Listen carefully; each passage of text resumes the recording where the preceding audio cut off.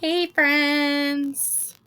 So, Allie Parker back, and we're gonna do the leap year book tag because it's going around BookTube, and I'm just jumping on that bandwagon.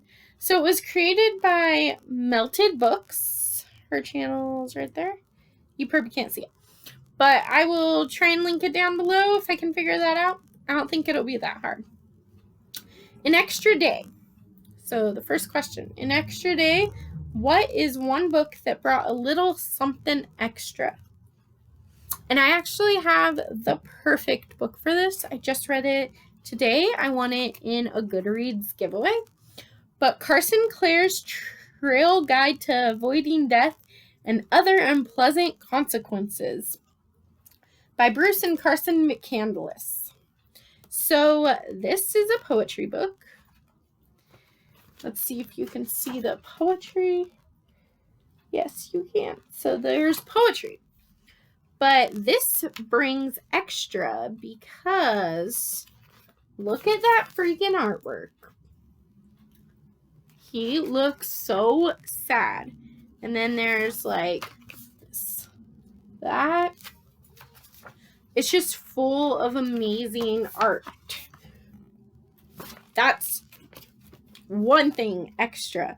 But not only are the poems funny and witty, and usually they rhyme, but they also have, selfies. So we're talking about selfies. There's no picture here, but there is, you can't see it. There is danger rating and survival tips. So danger rating is serious, but I don't know, so tempting. Survival tips. Take pics from above for most flattering looks. Tie self to car when taking selfies in mountainous regions. And use phone case so selfies can be seen by others after death. And then this one is about sharks, and it has a picture of the sharks, and it says danger rating, worth considering. Survival tip, stay away from Australia. So they're funny tips, and it's just a really funny, cute book. It was a very easy read as well.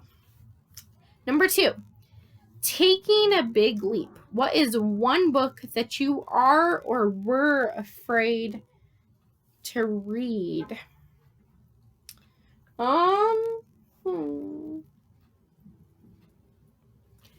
Okay, I guess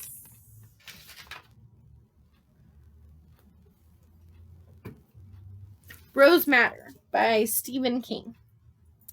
It's not like terribly big. I mean, it's pretty big, especially considering the font is, well, let me show you. So the font is like tiny, and it is 500 pages, I believe. 400, oh wait, nope, the epilogue. 480 pages, and the font is so tiny. But not only that, this is a book about Rose. It's called Rose Madder. It's about Rose, this woman who is married to a cop. And when he's at home with her, he is abusive. And she is trying to run away and not be found by him again, which kind of gives me Sleeping with the Enemy vibes, which sounds amazing. But abuse is something that hits closer to home than it should.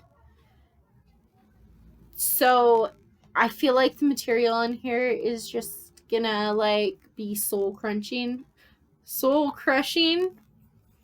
and it is very intimidating to me.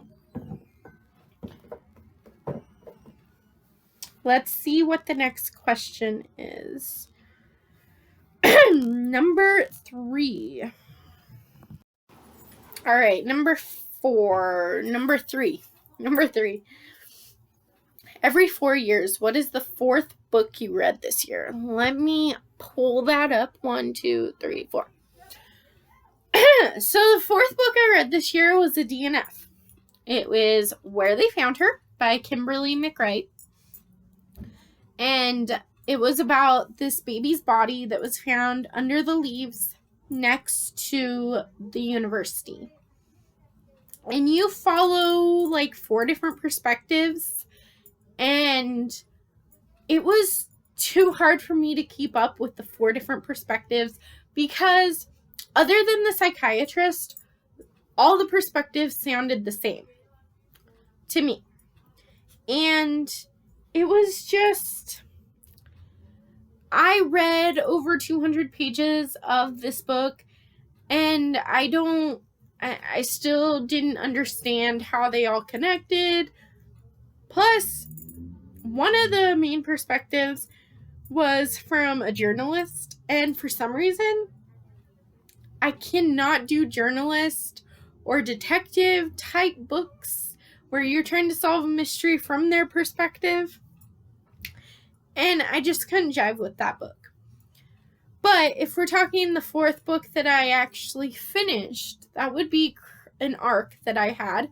It was Cries from the Lost Island by Kathleen O'Neill Gear. And it was like a historical, magical realism type book. It was it followed Cleopatra, who said that she was the Cleopatra from ancient Egypt, just reincarnated a bunch. And the first part of the book was amazing. It was action-packed. It was great. And then the demon, she sees demons, but the demon killed her. And then it got very character-driven and very heavy dialogue, which I don't enjoy in my books, so I gave it a 3 stars. And then, let's see, now I think we're on number 4. Every 366 days in the year, looking at your third shelf, name the 6th book on that shelf, and name the 6th book after that. So, would I start over here? No, I think I'd start 1, 2, 3, and 6. 1, 2, 3, 4, 5, 6. 1, 2, 3, 4, 5, 6. Oh, what? Hold on. 1, 2, 3, 4, 5, 6. 1, 2, 3, 4, 5, 6. So the first one was Pocahontas by Joseph Brock. And, everyone knows Pocahontas. I have not read it yet, though. I just know the basic story because, everyone knows the basic story. But yeah, that is one that I would like to read, especially because it's like a shorter read and it's middle grade. Then the 6th one after that was Better Than the Best Plan by Lauren Morrell.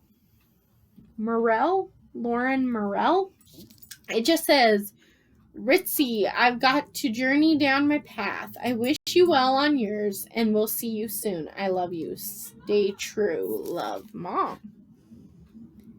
Plans are meant to be broken. It's the last day of junior year, and 17-year-old Ritzy, short for Maritza, is pretty sure she has a great plan. Summer job, check. Hang with friends at the beach, check. Keep looking after herself as she's been doing since her mom bailed to follow her bliss. Check. Or no check? After someone reports that Ritzy is living alone, a social worker shows up and puts her into foster care. That's surprise enough, but there are more surprises in store, and not all of them are unpleasant, like the cute, friendly boy next door. When Ritzy's old life catches up with her new one, she has some tough decisions to make. Can she plan for the worst, but still hope for the best? Okay, so that actually sounds amazing, if I do say so myself. That sounds great. Let's see the next question here. Number 5. Leaping ahead, name 4 books you want to read by the next leap year. Ooh. I want to read a lot of books. Okay, I'll do one that's on my shelf that's like staring me down. But Delirium by Lauren Oliver.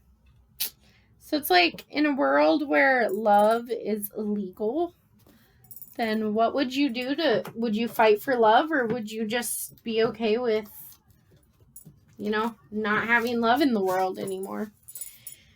And that's kind of the small gist of that one. And then I'm kind of on the fence about this one. So I don't know for sure if I want to read it, but I have really been, I either love Stephen King or I hate him. Like, depending on the book, it's either way up here, it's one of my favorites, or it's way down here and I hate it. But one that I've been really interested to read by him is It. And I don't know, I'm kind of on the fence. I want to read it, but I don't want to read it. I definitely want to read Pet Sematary by Stephen King and Turtles All the Way Down by John Green. There. That's 4. That wasn't that hard. I'll throw in a bonus one because I'm thinking of it. The Lunar Chronicles by Marissa Meyer. I believe that's her name. And yeah, that's it. Oh, well, there's one more that I'm thinking of. I don't know who the author is off the top of my head, though. But the Percy Jackson series. Because what I've been hearing is that you're either a Harry Potter junkie or a Percy Jackson junkie. Harry Potter was not my jam. Sorry, unpopular opinion. But Percy Jackson, never read it. Could be my jam. Hoping it is. Alright.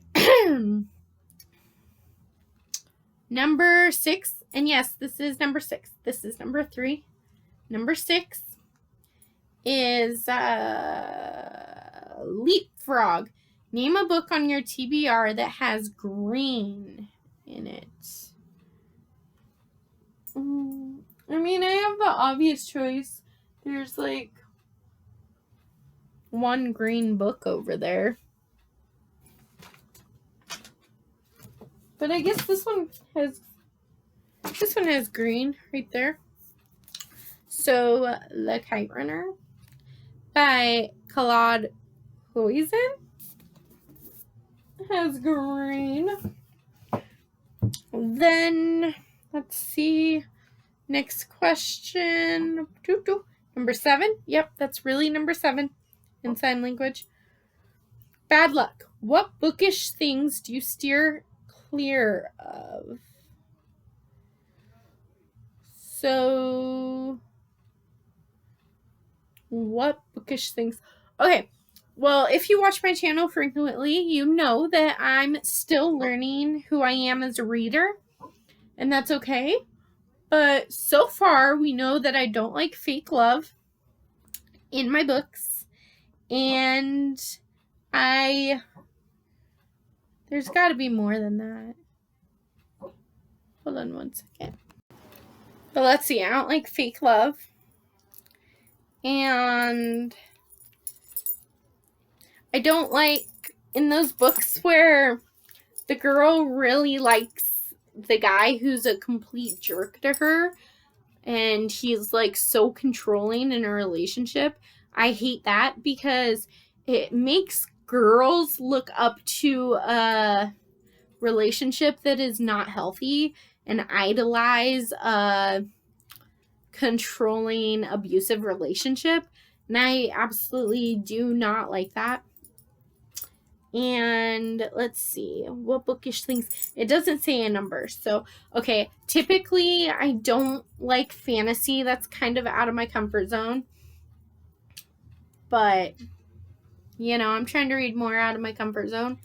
And I don't know, that's all I can think of at the top of my head right now.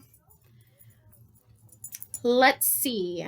then tag four people. So I tag whoever wants to do this bookish tag, and Jelly Bean and I will be here in the